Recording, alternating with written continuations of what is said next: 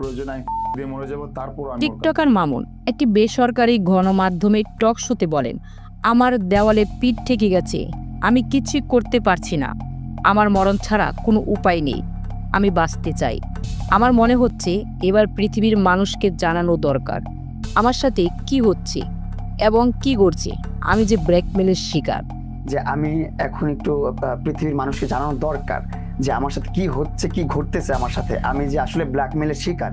আমি আমার মতো ভালোই ছিলাম, প্রতি মাসে আমার ইনকাম হতো 4 থেকে 5 লাখ। হঠাৎ আমার জীবনে লায়লা এসে জীবনটা তছনছ করে দিল। আমি জানতাম না লায়লার আগেও 2টা বিয়ে হয়েছিল, বাচ্চাও আছে। যখনই জানতে পারছি তখন আমি আমার আগের জীবনে ফেরত আসতে চাইলেও পারছি না। বিভিন্নভাবে মামলা দিয়ে আটকে রাখতে চাই লায়লা।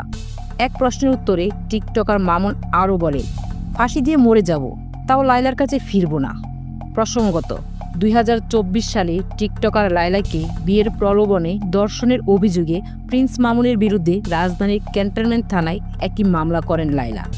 লায়লার করা মামলায় কারাবরণ শেষে জামিনে মুক্তি পান মামুন। জামিনের পর তাদের মধ্যে সম্পর্ক স্বাভাবিক হতে শুরু করলেও তা স্থায়ী হয়নি। হঠাৎ করে শুরু হয় নতুন করে বিবাদ।